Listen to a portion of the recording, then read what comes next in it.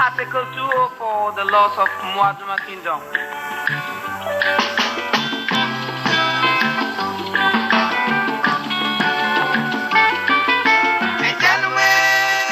I don't know check is in come bibia na wie nso. Nim se nyame adom bibia ho ye. Uti menka na medin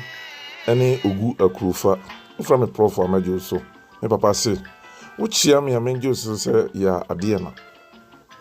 Awie uti menka na aboa ayefre na Ɔkra. Ne ho asem na me de brewo. Ene din ba ko ne Agyinamoa. Na kwana ofa so onya idin no ne se Opanin bi a yefre no agin etu kwan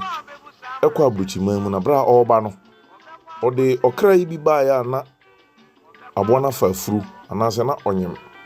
na obi ahu na aboa na se ne na otienti na ose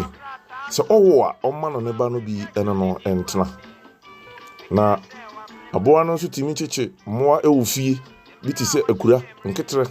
ene ntefre moa mo wo fie no nyina na omotumi echeche Ɔkra no timi cheche omo na omo kasa na agyagin anka kire omo se aboa no wonye oyokromfo no ho efe na nso nisuban enye na nipa nim se agyagin asema oka no entro na wotwa ebia na naboa no ho efe no nti na ompese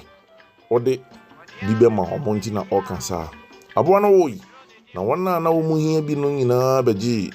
aboa no ma no ekoi na ampa aboa no hyase no na ochichi fie nioma moa na omo wo fie no nyina te se nyame dikan kan no na eduru ba bi a ade anipa di bia no yede to na wa awia yede to no ma na aboa no afako ne nsa ha no enti ne omo befa aboa no ma no bi kan ne se me kire Ɔkra no ma no sa agyagin omoa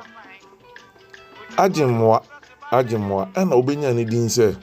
Agyinamoa kasantra so na be Agyinamoa timpanimfo bube no se nanka aboa no ne din de Ɔkra nanso ni subanti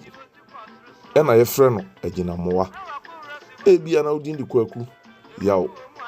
adwoa abana suban bi a obokomu no etumi ma yesesa osuban no bi ti se kro no se wo kro no wi a odin ne yemfra wo sa bi na yefra wo okromfo sanso na obi nso wo ho a na suban papa bi a woye no ana nadwuma bi a woye no etumi ma odin esesa wei ene asema medebra mu nyame nka mo na onfa da foforo so enche yen na we huni akoso